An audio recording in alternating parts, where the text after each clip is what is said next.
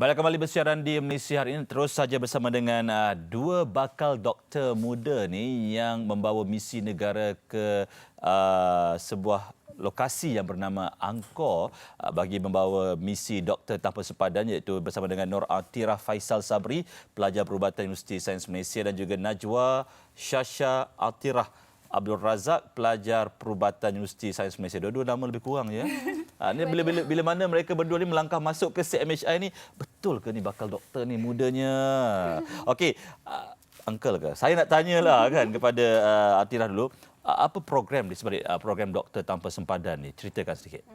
Baik, terima kasih atas soalan. Untuk projek Angkor sebenarnya, kami jalankan bukanlah di Angkor, tapi di Pursat. Kami namakan projek Angkor kerana ia ialah Angkor Amending and Giving to Kampuchea Ritja Nachak, yang bermaksud Kingdom of Kampuchea.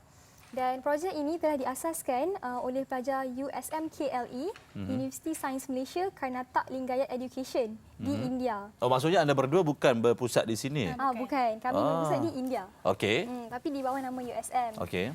Dan insya-Allah kami merangkumi 38 pelajar perubatan daripada tahun 2 sehingga tahun 5, dan bersama kami adalah 2 orang graduan USM KLE sendiri. Insya-Allah projek ini akan berjalan selama lebih kurang seminggu, iaitu daripada 31 Oktober 2016 hingga 6 November 2016, bertempat di Pusat Kemboja. Oh, Pusat Kemboja. Maksudnya Najwa, kalau dapat diceritakan sedikit antara pengisian program ni bagaimana? Ini kali kedua diadakan ya? Ya, kali pertama projek kami bernama UACeh dan ini kali kedua. Bercakap mengenai aktiviti, ya, sebenarnya kami telah melakukan lawatan di beberapa pedalaman, di kawasan pedalaman di Kemboja. Dan apa yang saya ringkaskan sikitlah ya, berdasarkan lawatan kami di sana, kebanyakan rumah di kawasan pedalaman Pusat Kemboja itu, mereka tidak mempunyai sebarang sumber air maupun elektrik.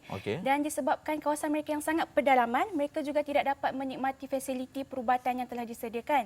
Dan mengikut pemahaman kami juga, penduduk di sana hanya bergantung kepada hasil bumi sepenuhnya untuk meneruskan kehidupan seharian.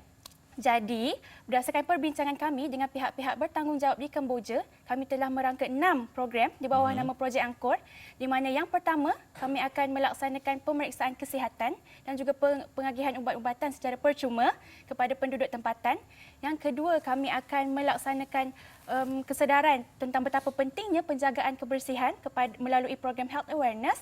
Dan yang ketiga, yang paling menarik sekali bagi saya, kami akan melaksanakan program berkhatan secara beramai-ramai, ya, yang akan dengan kerjasama Hospital Beyond Boundaries. Kami juga akan menaik taraf dan juga membaik pulih kawasan masjid di pedalaman pusat, di mana kami akan membekalkan tenaga solar dan juga beberapa buah kipas angin. Dan kami akan memagari kawasan masjid tersebut kerana masjid tersebut berdiri di atas 2 ekar tanah wakaf yang kosong, dan kami ingin penduduk mengusahakan tanah tersebut melalui pertanian. Selain itu, kami juga akan membantu penduduk untuk membina telaga bagi memberikan mereka kemudahan air yang bersih, selain memberikan sumbangan berupa peralatan sekolah dan juga barang-barang keperluan harian untuk penduduk di sekitar pusat dan juga anak-anak yatim di sana. So maksudnya Atirah, pusat tu di Kemboja lah.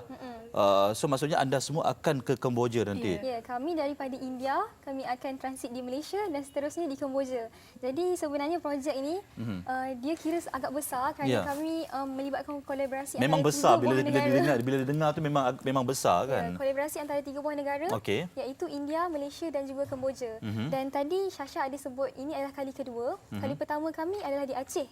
Dan di Aceh juga melibatkan kolaborasi 3 buah negara, Malaysia, India dan juga di macam di gambar kita sekarang ni, di visual kita ni memang ini di Aceh. Ini adalah di Aceh.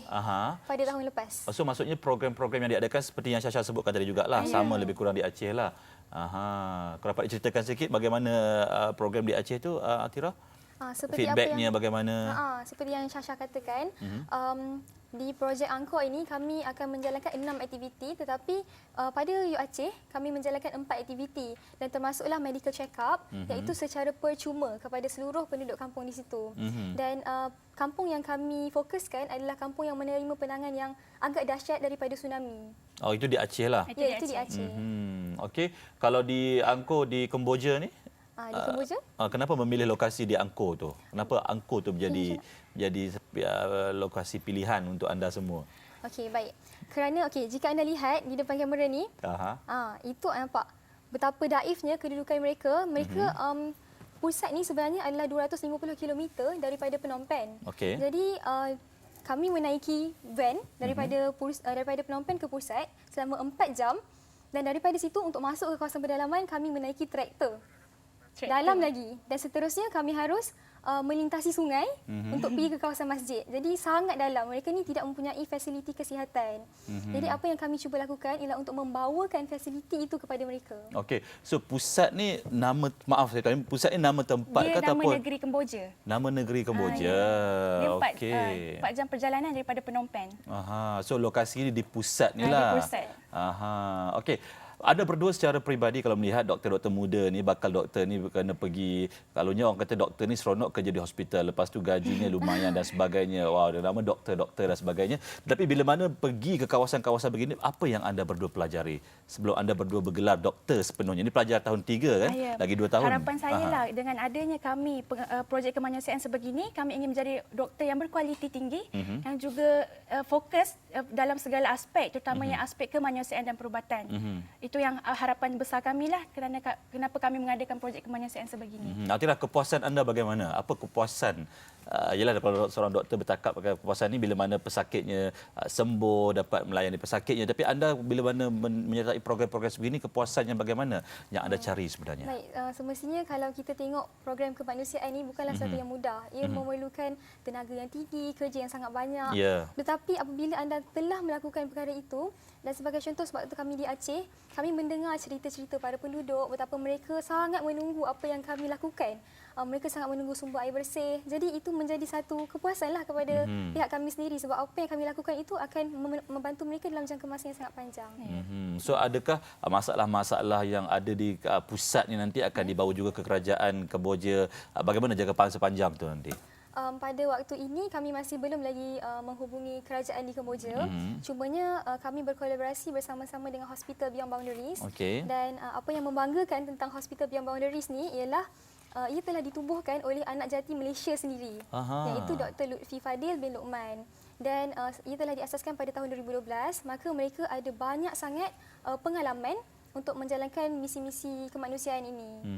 Okey, mungkin penonton-penonton kita di luar sana yang ingin turut serta dari segi sumbangan ke, adakah ia dibuka ataupun bagi tertutup hanya untuk 38 individu ni saja, doktor-doktor ni saja? Untuk bercakap tentang penyertaan. Penyertaan dulu. Kami membuka penyertaan kepada para doktor di luar sana. Sekiranya sesiapa yang berminat untuk join kami dalam projek Angkor dalam misi kemanusiaan di Kemboja, anda boleh melayari Facebook Hospital Beyond Boundaries. Anda klik like dan kemudian tunggu update daripada mereka. Dan yang tertera di TV ni pakej-pakej sumbangan ni apa maksudnya apa dia kalau boleh ceritakan? Baik. Ini pakej-pakej sumbangan yang kami sediakan untuk mereka yang berbesar hati untuk membantu kami. Kenapa kami sediakan pakej sumbangan adalah supaya anda tahu di mana kami salurkan duit-duit anda. Baik, kita lihat di pakej A bernilai RM130, anda akan menaja seorang kanak-kanak berkhatan. Jadi mungkin orang rasa kenapa mahal sangat 130? Sebenarnya ini merangkumi proses berkhatan, segala ubat-ubatan sehinggalah mereka sembuh. Pak B yang bernilai RM80, anda akan menaja satu pak makanan untuk sebuah keluarga. Jadi ini merangkumi 6 kotak sardin, 2 kilogram gula, 2 tin susu dan juga 1 liter minyak masak.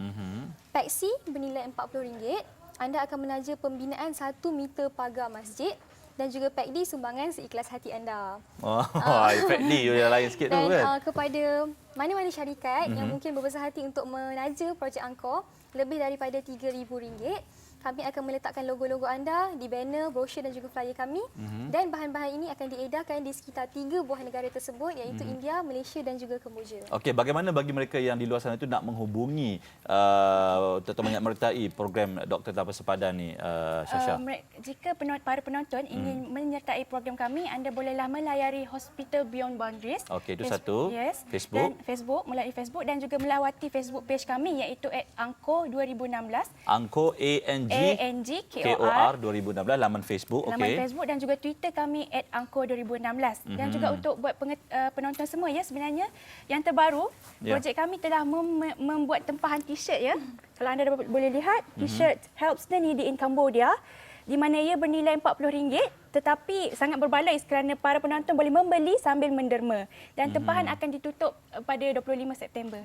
Dan soalan terakhir saya, bagi mereka yang doktor-doktor dan juga pelajar-pelajar perubatan yang menyertai juga boleh, bukan sahaja tertakluk kepada pelajar perubatan USM saja. Tak. Kami tak. Setakat ini untuk ahli tetap kami adalah 38 orang pelajar USM KLE, tetapi kami amat mengalu-alukan sekiranya ada para doktor dan especially yang spesialis dalam berhatan.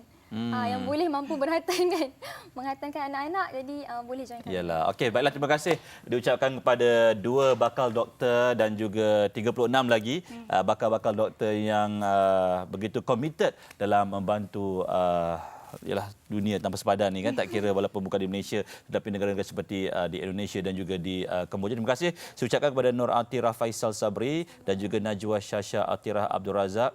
Best of luck, mudah-mudahan diberikan kemudahan dan juga diberikan keberkatan dalam usaha anda dalam istilah doktor tanpa sepadan. Terima kasih sekali lagi. Baiklah, kita nak saksikan sebuah bingkisan yang telah pun disediakan oleh rakan tugas kami Nurizati Lokman berkaitan dengan pameran lukisan. Sama-sama kita saksikan.